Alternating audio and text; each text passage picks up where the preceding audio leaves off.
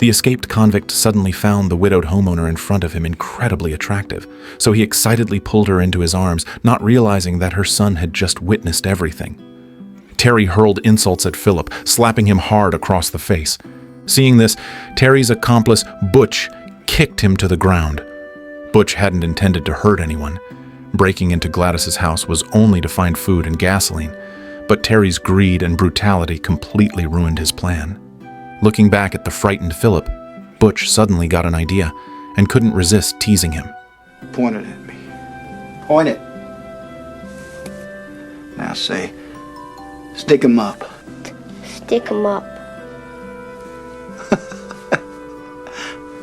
Just then, the neighbor old-timer heard the commotion and called the police before grabbing his shotgun and rushing over.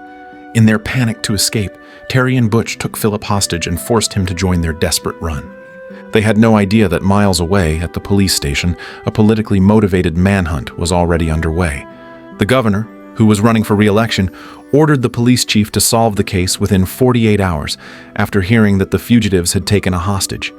The chief dared not delay and immediately formed a pursuit team. At that moment, Terry was still causing trouble. He first shot and shattered a nearby resident's water tank, then fired again and blew a hole through the roof of their car, and finally punched Philip hard in the face.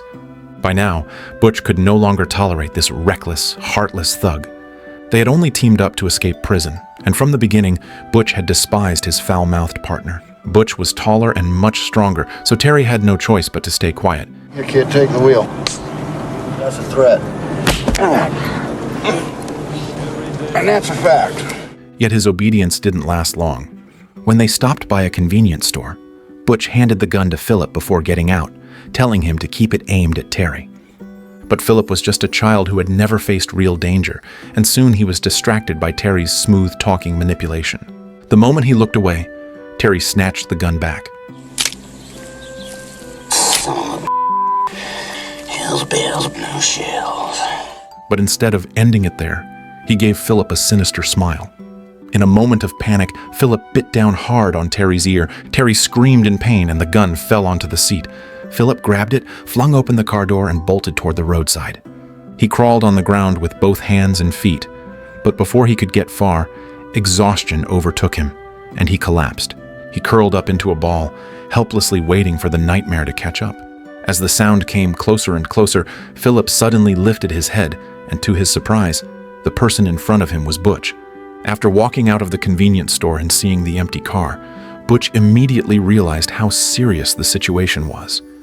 He told Philip to stay put, took the gun, and waited for Terry along his path.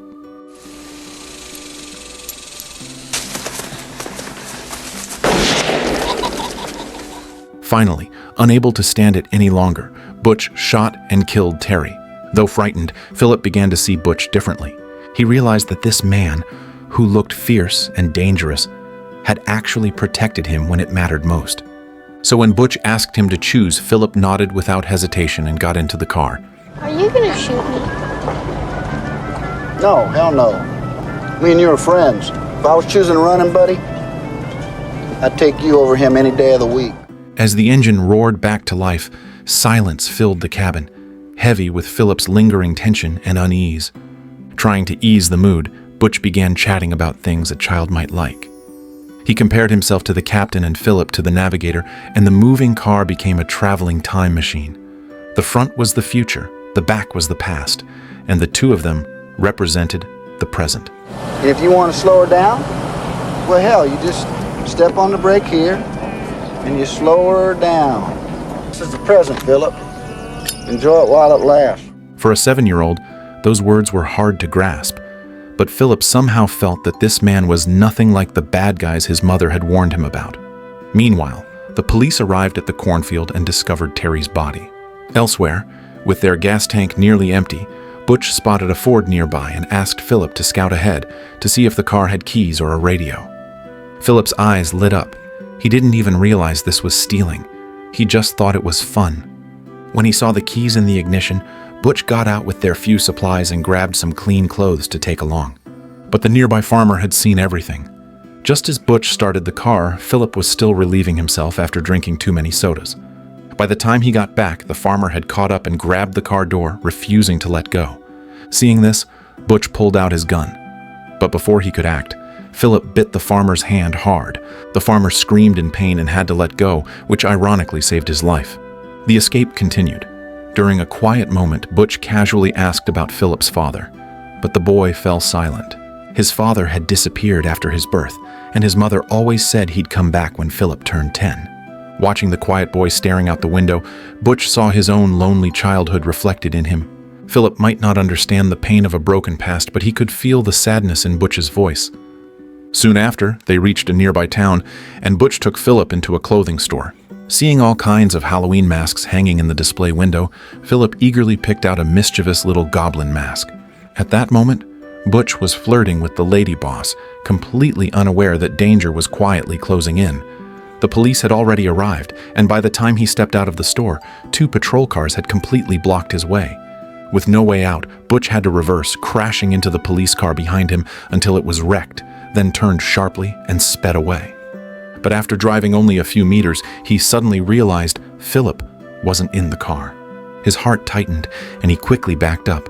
There stood Philip at the store entrance, clutching the goblin costume tightly in his arms, panic written all over his face. Up to you, Buzz! Philip still chose to get in the car. Butch wasn't angry, but he told Philip that stealing was wrong and asked him to put the costume on. Unexpectedly, Philip began to fidget shyly. It's puny. Let me see. Hell no, Philip. It's good size for a boy your age. After shaking off the police, the 2 continued their escape. Butch wanted to find a place where no one knew them to hide for a few days, but unfortunately, the car ended up on an unfinished road. You can backtrack to the highway or we can trot on foot. Where are we going? It's Alaska, Philip. Last of the wild frontier. You ever been there? No. No matter what they chose to do, their supplies were already running low, so they decided to search for more. Butch suggested they play a trick-or-treat game. But the moment he said it, Philip froze. He remembered his mother's warnings and her strict faith. Without a father, his mother had to play both roles, turning all her anxiety into control. She was a devoted member of the Jehovah's Witnesses, a faith that forbids participation in any worldly holiday. Halloween candy, Christmas gifts, birthday celebrations, these were all forbidden things Philip had never experienced. His mother always told him that happiness was a dangerous temptation and never allowed him to run or play with the other children in the neighborhood. In such an environment, Philip learned to walk with his head down and speak softly. There was no light in his eyes, only the fear of doing something wrong. After spending time together, Philip's trust in Butch grew, and his curiosity about the world became the true reason he stayed on this journey. As always, Butch let Philip make the decision. After a brief silence, Philip nodded. He ran forward and tried to hold Butch's hand, but Butch kept shaking him off. Yet the stubborn boy kept reaching again and again until Butch finally stopped resisting. Their relationship was no longer just that of a fugitive and a hostage. It now resembled a father and son. They arrived at a house, and Philip felt both nervous and excited. Then he put on his goblin mask and knocked on the door. Butch stood not far away, watching him with encouraging eyes. A woman opened the door, looking puzzled. Philip gathered his courage and whispered, "Trick or treat." The woman smiled when she understood, but said Halloween was already over and she didn't have any candy left. Disappointment flickered across Philip's face. Then Butch quietly took out his gun, waved it slightly, and gestured for her to cooperate. The woman stiffened for a moment, then hurried inside and soon returned with food and cash, handing them to Philip. As Philip left, his face beaming with joy, Butch told him gently, Never underestimate the kindness of the common man, Philip. this special Christmas game would become one of Philip's most cherished memories of the journey, letting him feel the joy of a holiday he had never known before. Philip imitated Butch, spreading jam evenly on his bread. Butch ate heartily while occasionally glancing out the car window, staying alert. Soon he noticed something was wrong. The police had set up roadblocks everywhere. Butch decided to climb the hill to scout ahead, telling Philip to stay in the car and wait. But Philip accidentally released the handbrake. Just as Butch was about to return, he caught sight of his car rolling downhill, picking up speed. Without hesitation, he sprinted after it, shouting Philip's name, hoping to calm him down. In his panic, Philip accidentally pressed the gas pedal. and the car lurched forward even faster. His body shook with fear, but instinctively he tried to mimic Butch's driving and stomped on the brake. At the very last second, he managed to stop the car. Butch gasped for air, his heart finally easing. But as he was talking with a man nearby about getting a ride, the car started sliding downhill again. This time, Butch didn't dodge. He stood right in front of it. Step on the brake! Oh! Even drenched in sweat, Butch showed no anger. Instead, he smiled proudly, praising Philip for doing well and telling him not to doubt himself. After that, they hitched a ride with Bob's car and successfully slipped past the police roadblocks. Bob was a man who cared deeply for his family, and Butch treated him with respect because he envied Bob for having a complete family, something he had always longed for. But Bob's wife was harsh toward their child. Just because a drink spilled in the car, she began scolding and hitting the boy. That struck a nerve deep inside Butch. He couldn't stand seeing a child treated that way, so he ordered Bob and his family to get out of the car, then drove away and continued their journey. Driving along the country road, they enjoyed the breeze brushing against their faces, and for the first time, Philip smiled from the bottom of his heart while Butch followed his directions and sped up. At that moment, Butch seemed to forget that he was on the run. He wasn't holding a hostage anymore, but helping a boy just like himself feel a little more warmth and see a little more of the world. As night fell, Butch took Philip into a small restaurant to enjoy dinner. The lady boss was a charming and seductive woman, and the moment she saw Butch, she treated him like prey. Butch felt uneasy with her bold attitude but didn't know how to refuse. Philip sat nearby, watching their interaction with innocent confusion. After sending Philip outside, Butch and the woman began to release their tension. But just as things were about to go further, Butch looked toward the window and saw Philip standing there, his eyes glancing between the two of them. Awkwardly, Butch moved the woman's hand off his shoulder, stood up, and walked straight out. Philip, with childlike innocence, immediately started asking all sorts of questions, hoping Butch would explain. But Butch couldn't find the right words. He just gave an awkward smile.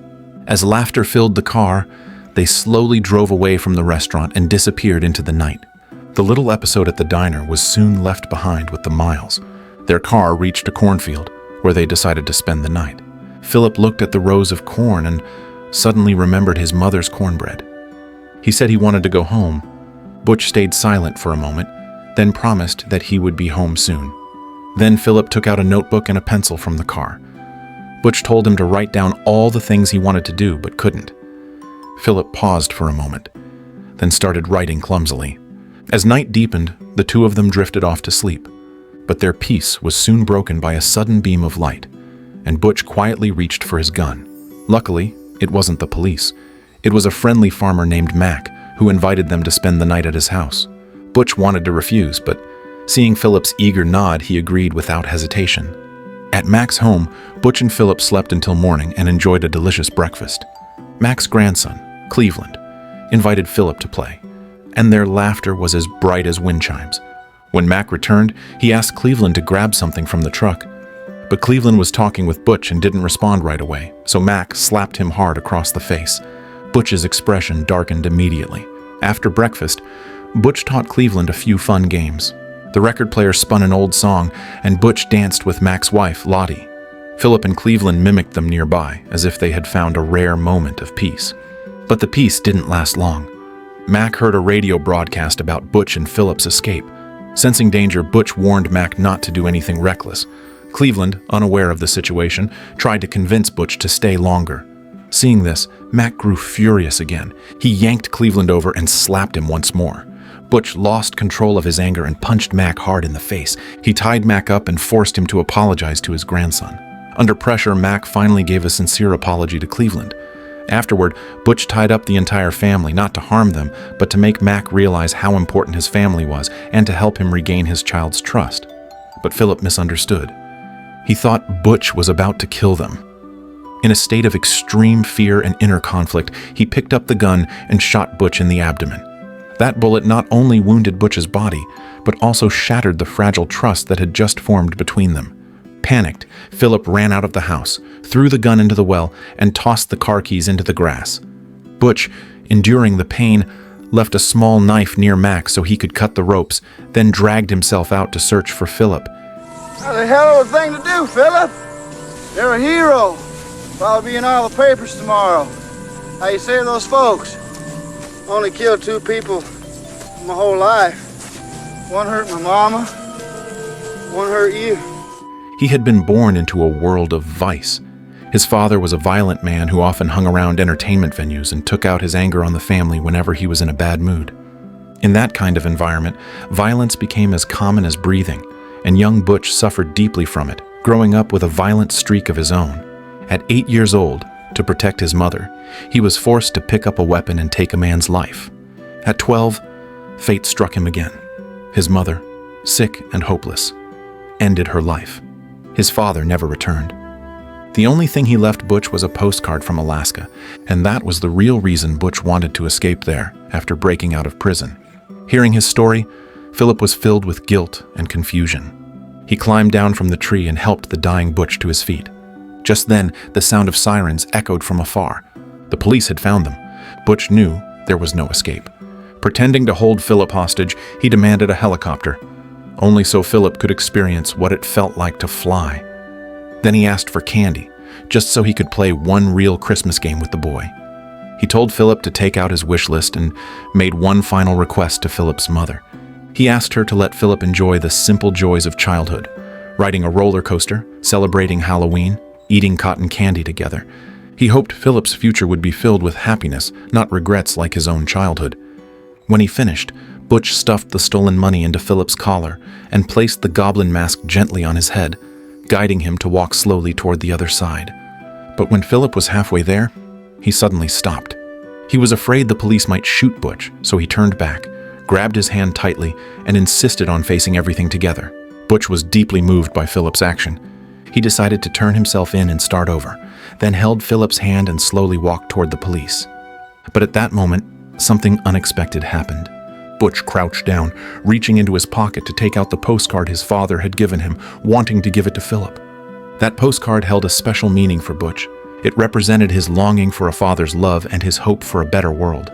But the officers in the distance mistook his movement for reaching for a gun. Without hesitation, the sniper pulled the trigger, and Butch collapsed instantly into a pool of blood. Philip sat inside the helicopter, holding the postcard Butch had given him, tears filling his eyes. The grass below looked like a vast, soft green carpet, gently embracing Butch. His arm rested behind his head, his posture calm and relaxed, as if he were simply napping on a peaceful afternoon. The little goblin mask, the symbol of Philip's childhood fantasy, lay quietly beside him. A faint, satisfied smile rested on Butch's lips. There was no fear of death, no regret about fate, only a sense of peace after a lifetime of pain. He gazed calmly at the sky, where perhaps was the Alaska he had longed for, the warm, fatherly love he had never known, the perfect world he had built for Philip, and the pure version of himself that life had never managed to destroy.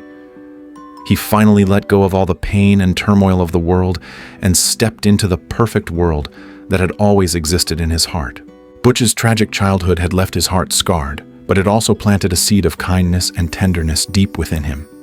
When he met Philip and saw the boy growing up without a father's presence, trapped in a strict religious family that denied him the joys of childhood, he saw his younger self.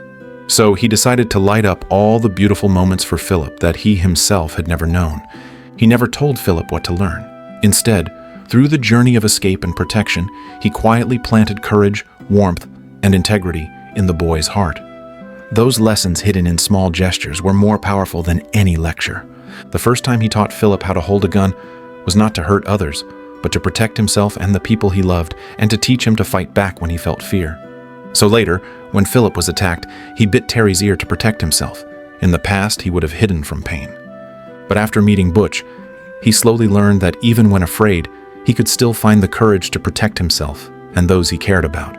Philip's childhood had no father's company, and his mother was always busy. He was used to watching the world alone, playing with his toys in silence.